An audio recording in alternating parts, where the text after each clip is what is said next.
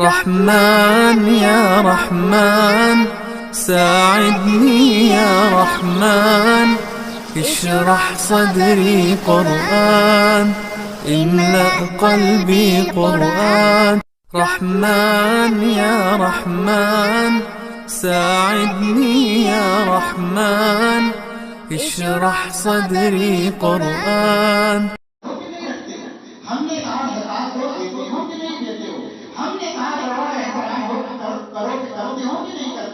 ہم نے کہا چھوٹوں پر شفقت کرو کرتے ہو کہ نہیں کرتے ہو. ہم نے کہا ہے کہ پڑوسیوں کی خدمت کرو ان کا خیال رکھو رکھتے ہو کہ نہیں رکھتے. قیامت کے دن اللہ کے سامنے بندہ آئے گا, اللہ کہے گا اللہ کہے گا بندے سے میرے بندے کو بھوکا تھا آپ نے کھانا نہیں کھلایا مجھے. بندہ کہے اللہ آپ تو اللہ ہے آپ کیسے بھوکے رہ سکتے ہیں. اللہ فرمائیں گے فلاں محلے میں فلاں جگہ آپ کا جاننے والا بھوکا تھا, اگر آپ اسے کھانا کھلاتے تو مجھے کھانا کھلاتے, پیاسے کو پانی پلاتے تو مجھے پلاتے, فلاں بیمار کی تیمارداری کرتے تو میری تیمارداری کرتے. یہ تھے آپ کے کرنے کے کام, ان کی ٹینشن آپ کو لینی تھی. بھائی نماز نہیں پڑھ رہا ہوں, بڑے افسوس کی بات ہے, میں مسلمان ہوں, مجھے نماز پڑھنی چاہیے. ہم اس چکر میں پڑے ہیں پہلے کیوں ہے دھوبی کیوں ہے مسئلے سارے انسان سے کمزوری میں شکار ہو گئے کیونکہ وہ قرآن کو سمجھتے نہیں ہیں. حافظ ہونے کے باوجود, عالم ہونے کے باوجود, قاری ہونے کے باوجود سمجھتے نہیں ہیں. جو کچھ پڑھنا پڑھانا مدرسے والوں کو ہو رہا ہے رسمت ہو رہا ہے, سمجھ کر شعور کی سب نہیں ہو رہا ہے. ورنہ احساس کمزوری کا کیا مطلب ہے. اگر کوئی کسی کو حقیر سمجھے گا, میں دعوے کے ساتھ کہتا ہوں خدا کی قسم جہنم میں جائے گا وہ, کیونکہ وہ اللہ کے فیصلے پر راضی نہیں. وہ یہ کہہ رہا ہے یہ چھوٹی برادری, وہ بڑی برادری, یہ چھوٹا خاندان, یہ بڑا خاندان, یہ غریب ہے, وہ امیر ہے, یہ کالا ہے, وہ گورا ہے. ان ٹینشنوں کو آپ اپنے سر پر کیوں لے رہے ہیں. اللہ نے کلیئر کر دیا ہے وَلَا تَتَمَنَّوْا مَا فَضَّلَ اللَّهُ بِهِ بَعْضَكُمْ عَلَىٰ بَعْضٍ. اگر یہ عقیدہ آپ کا مضبوط ہے تو ٹینشن اتنی بڑی شروع ہو جائے گی, دماغ سے نکل جائے گی.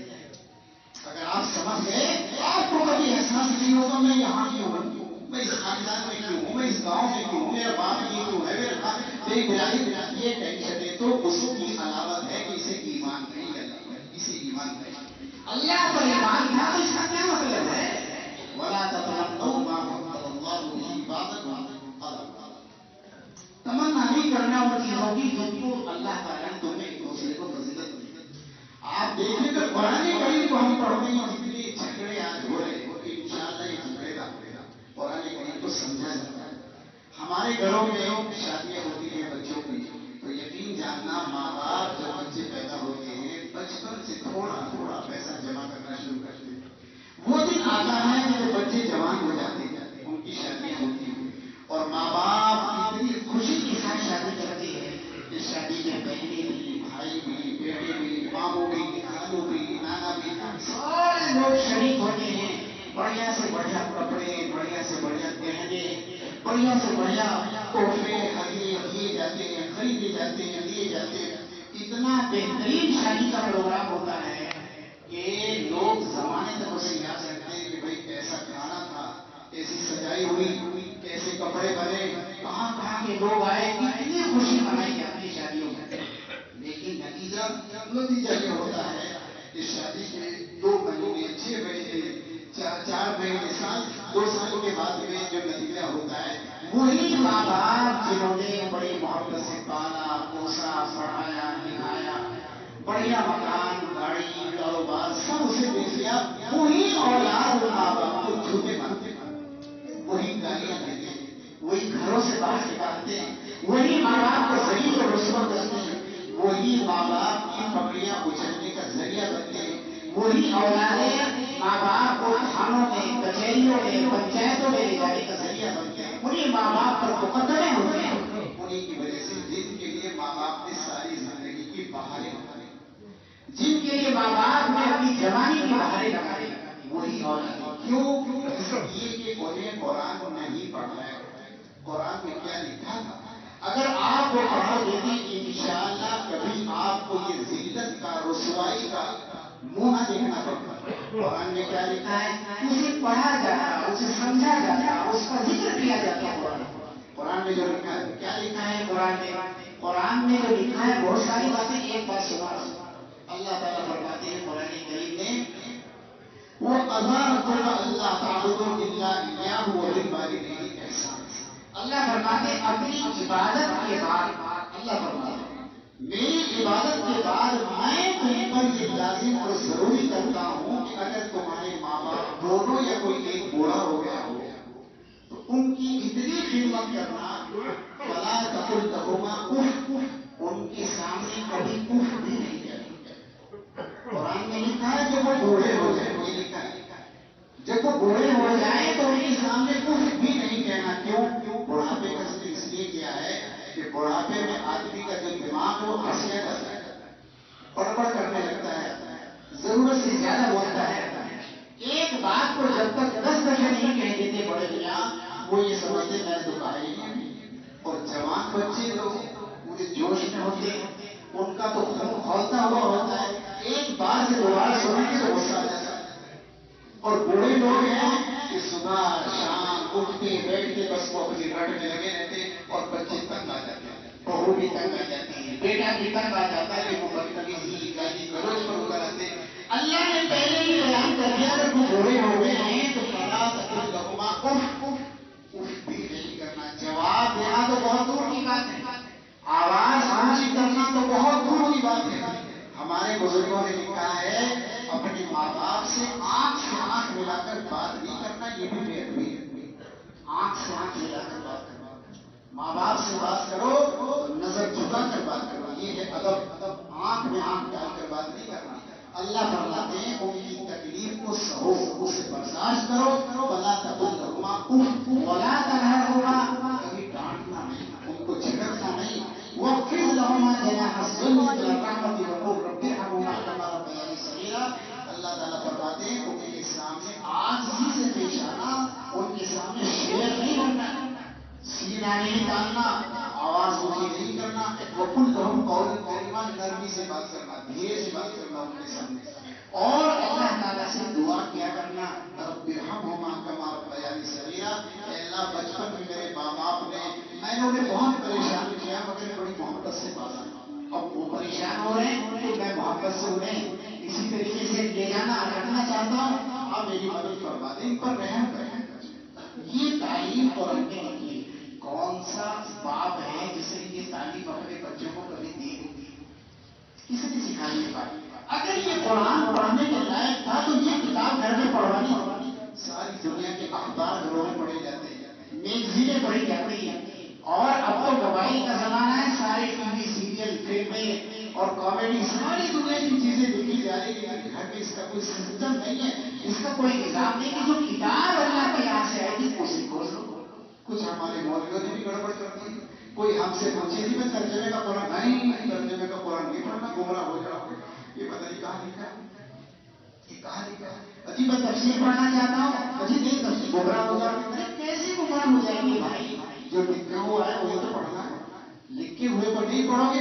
قرآن کریم نے ہر صورت میں کہا ہے قرآن کو پڑھو، قرآن کو سمجھو، قرآن کو سمجھو، قرآن میں غور کرو. تو یہ کسی کا ایسی مولویوں یہ سب کو کہا ہے، مسلمانوں کو کہا ہے، غیر مسلموں کو کہا ہے، یہودیوں کو کہا ہے، عیسائیوں کو کہا ہے. یا بنی اسرائیل اذکروا نعمتی التي انعمت علیکم، قرآن میں لکھا ہے اے بنی اسرائیل میری نعمتیں یاد کرو. اگر یہ قرآن سے مولویوں کا ہے تو بنی اسرائیل کو کیا پتہ چل کیا ہو رہا ہے؟ یہ سب کے لیے ہے، سب پڑھیں اور اس تعلیم کو اپنے گھروں میں عام کریں، سنوائیں. اگر یہ قرآن اس کی تعلیم کے حساب سے پڑھوایا جاتا امید ہے کہ جب بات کانوں میں پڑے گی تو سمجھ میں آئے گی، جب سمجھ میں آئے گی تو آدمی کچھ کرے گا. آدمی کی عادت ہے سنتا ہے دیکھتا ہے تو کچھ کرتا ہے، جب سنے گا نہیں دیکھے گا نہیں تو کیا کرے گا؟ عادت ہے آدمی کی جب تک سنے گا نہیں دیکھے گا نہیں تو کچھ نہیں کرے گا. آپ دیکھیں ہمارے چھوٹے چھوٹے بچے ہیں، انہیں فلموں کے ہیرو کے نام یاد ہیں، ہیروئنوں کے نام یاد ہیں، فلموں کے نام یاد ہیں، انہیں بڑے بڑے سیریل یاد ہیں، انہیں کامیڈی انہیں یاد ہے.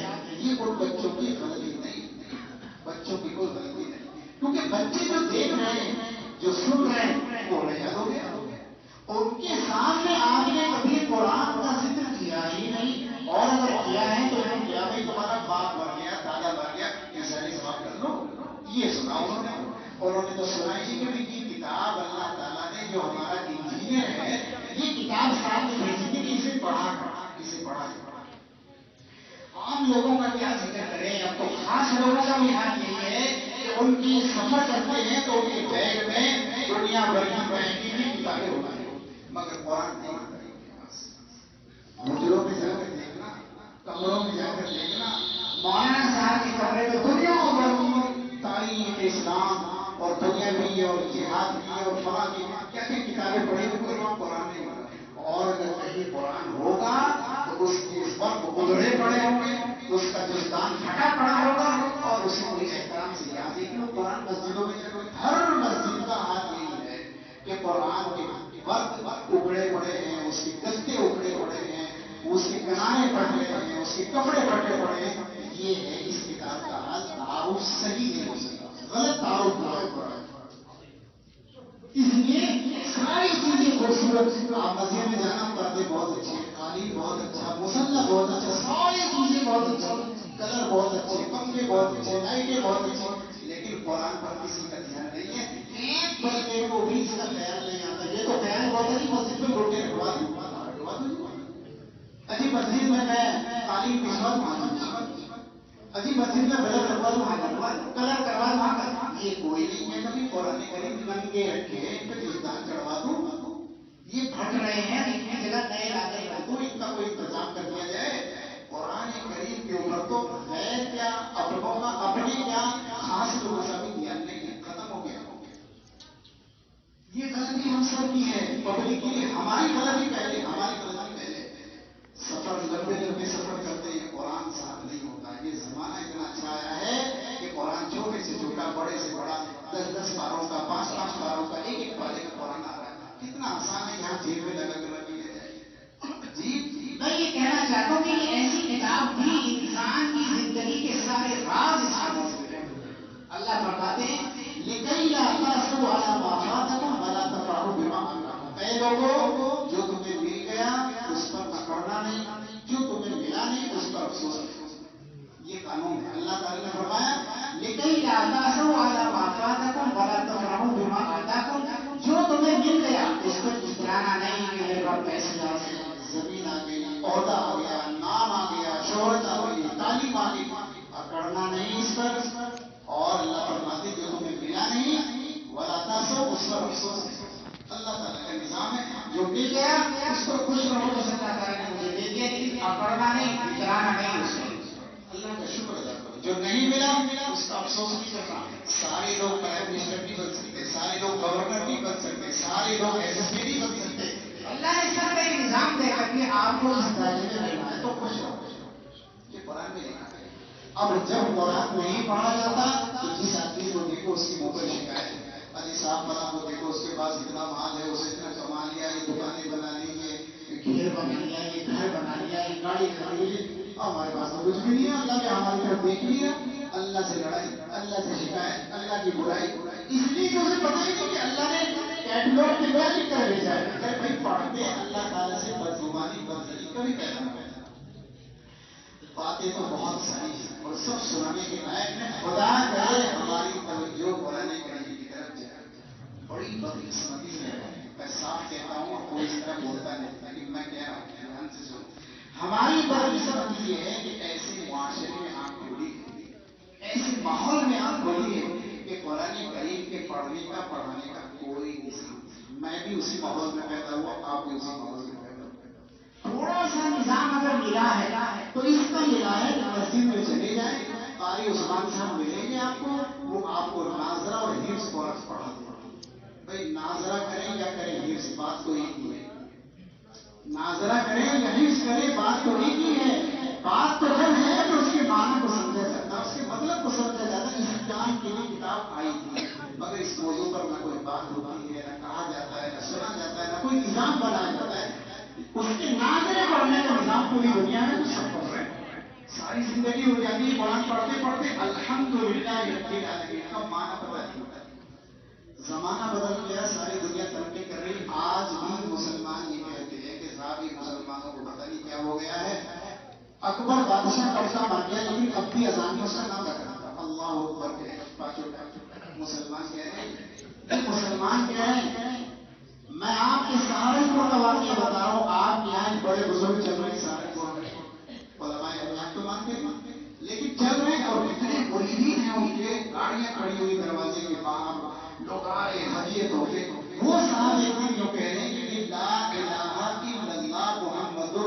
کلمہ ہی غلط ہے. کیوں کلمہ غلط ہے؟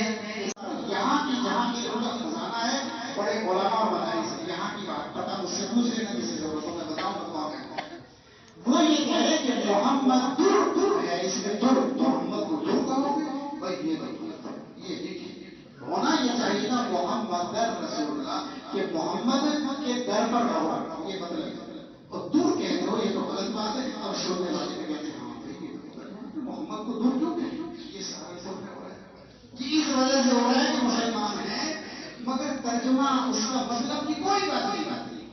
چلو ہم نے مانا مجبوری ہو گئی نہیں چل پائے اتنا تو ہو سکتا تھا کہ جو مروجہ الفاظ ہیں جو بھی چیزیں ہیں وہ ہماری زندگی میں آ جاتی اور زبان پر چڑھ جاتی تو کتنا اچھا تھا. مثال کے طور پر قرآن کریم میں کی جگہ ہے ان اللہ غفور رحیم. غفور کا معنی یاد ہو جاتا ہے, رحیم کا معنی یاد ہو جاتا ہے, قدیر کے معنی پتہ چل جاتا ہے. یہ موٹے جیسے آپ موبائل کے ذریعے سے ایم اے بی اے پاس کریے, 10ویں پاس کریے, 8ویں پاس کریے, 5ویں پاس کریے, لکھنا ہی نہیں آتا انگوٹھا چاہتا ہے لیکن اسے پتا ہے کہ فیڈ کرنا, ڈیلیٹ کرنا, کال کرنا یہ ساری چیزیں سے آ گئی.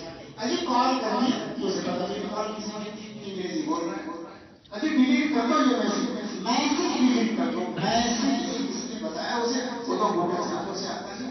لیکن یہ انگریزوں کا سامان ہے, انگریزوں کا کمال ہے. ہندی جانتے آپ ڈھنگ سے اور انہوں نے آپ کو لکھی کر دی یہ ان کا کمال ہے. یہ کمال ہم سے نہیں ہو سکتا, یہ کمال ہم سے, یہ ہم سے ہونا, یہ ہم سے ہونا ہے کہ ہم ایسے موٹے لفظوں کو جاری کر رہے تھے ہمیں پتا نہیں جاتا ہے کسی کیسے موٹے لفظ ہیں.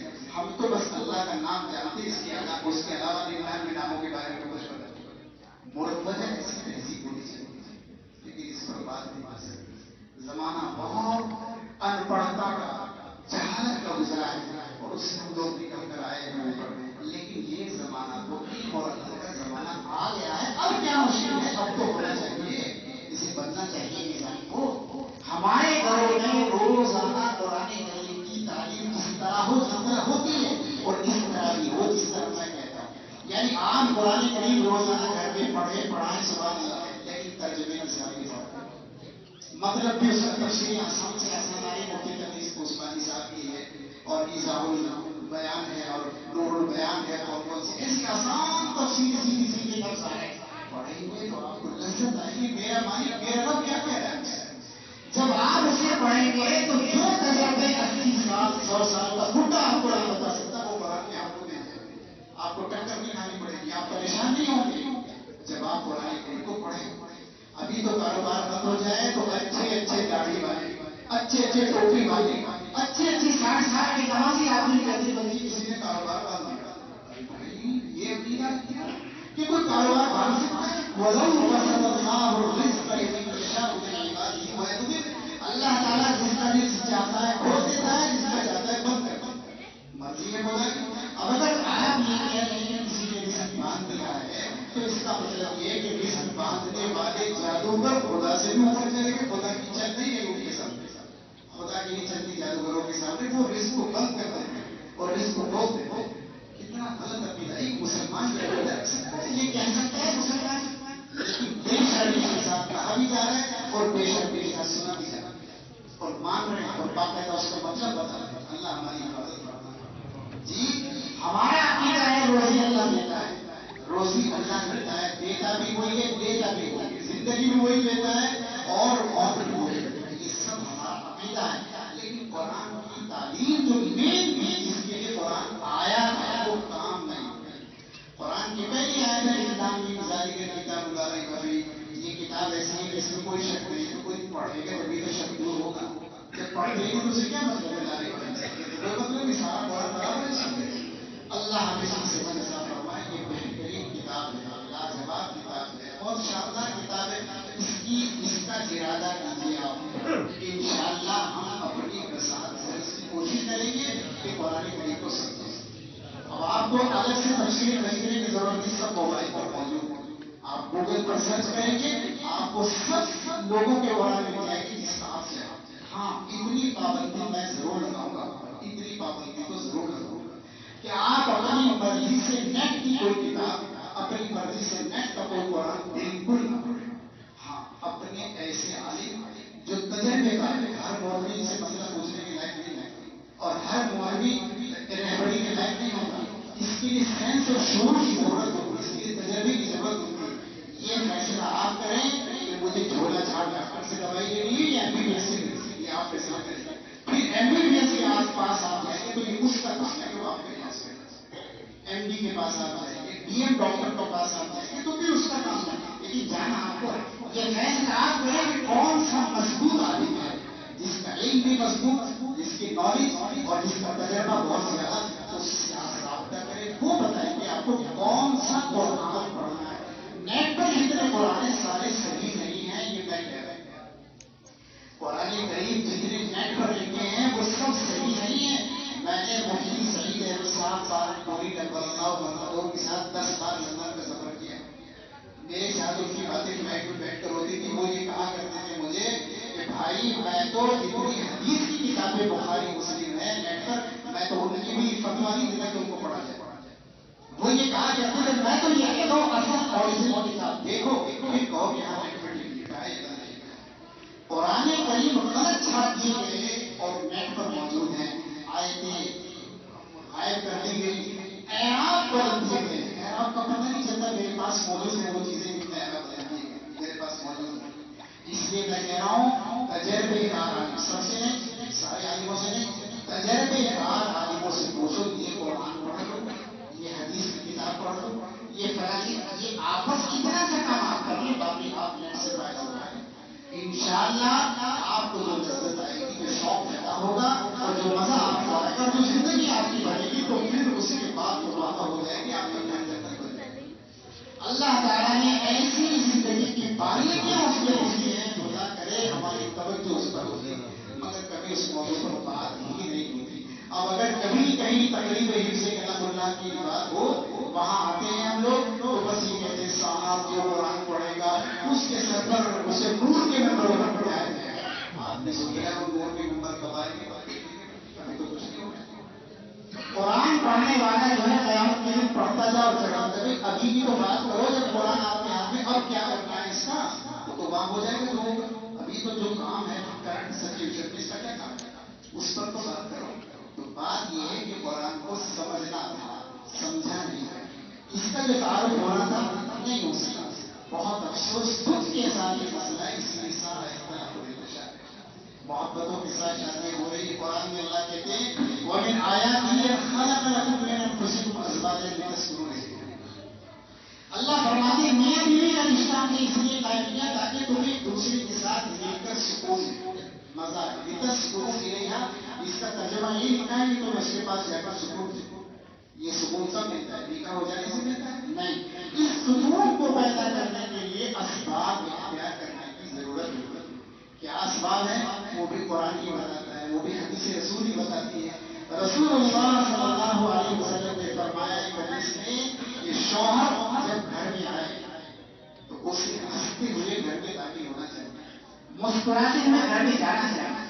اور بیوی جب اپنے شوہر کو لے کے گھر میں آتے ہوئے تو اسے بھی مسکرا کر اپنے شوہر کا استقبال کرنا چاہیے. حدیث میں لکھا ہے کہ جب شوہر مسکراتا ہوا آتا ہے اور بیوی ہنس کر مسکرا کر اپنے شوہر کا استقبال کرتی ہے, عین اس وقت میں اللہ تبارک و تعالیٰ اس جوڑے کو مسکرا کر ہنس کر دیتا ہے اور ان پر رحمتیں نازل فرماتا ہے, کیونکہ اللہ تعالیٰ نے رشتے کو سکون سے بنایا. یہ اسباب اختیار کرنے کی ضرورت ہے. نکاح ہو جانے سے جو نہیں آتا اسباب, اور اس کے لیے باقاعدہ تعلیمات کی ضرورت ہے. اللہ تعالیٰ ہمیں ان تعلیمات پر بات کرنے کی, ان کو سمجھنے کی, اس کی فکریں عطا فرماتے. ایسے لوگوں سے رابطہ اور تعلق عطا فرماتے جو یہ کام کر رہے ہیں, جو لوگ نافرمان کرنے والے ہیں, جو گمراہ کرنے والے ہیں, جو ضائع کرنے والے ہیں, اللہ ان سے ہماری حفاظت فرمائے. اپنے ایمان کو ایسے ویسے ہاتھوں میں نہ ڈالیں, اپنے ایمان کو ایسے ہی کسی کے ہاتھ میں نہ ڈال دو. کہیں بھی بیٹھ ہو گئے, کسی سے بھی بیٹھ ہو گئے, ابھی میں تو فلاں سے بیٹھ کر بھی پوچھ دو کہ لا الہ الا اللہ کو غلط تو نہیں بتا رہے ہو. کسی کے آدمی سے بیٹھو تاکہ تمہارے ایمان کی حفاظت ہو, تمہارے اخلاق کی اصلاح ہو, تمہیں پتہ چلے کہ تمہیں کرنا کیا ہے. جو آدمی خود ہی تعلیم نہیں اس کے پاس, وہ آپ کی کیا کرنی ہے. اسے خود ہی نہیں پتا کہ میرا بھی عقیدہ صحیح ہے کہ میری بھی نماز صحیح ہے. اس لیے میں عرض کر رہا ہوں آپ ارادہ کریں تو انشاءاللہ قرآن کریم کی تلاوت تو ہمیں کرنی ہے اور کرتے رہیں گے، لیکن اس کی سمجھنے کی کوشش کرنی ہے جو اس کا اصل مقصد ہے. اس لیے اللہ فرماتے ہیں اس کتاب کے ملنے پر آپ کو خوش ہونا چاہیے اور پکڑنا چاہیے ایسی شاندار کتاب اللہ نے ہمیں دی جو ہماری زندگیوں کے راز ہمیں بتاتی ہے، جو ہماری زندگیوں کے دکھ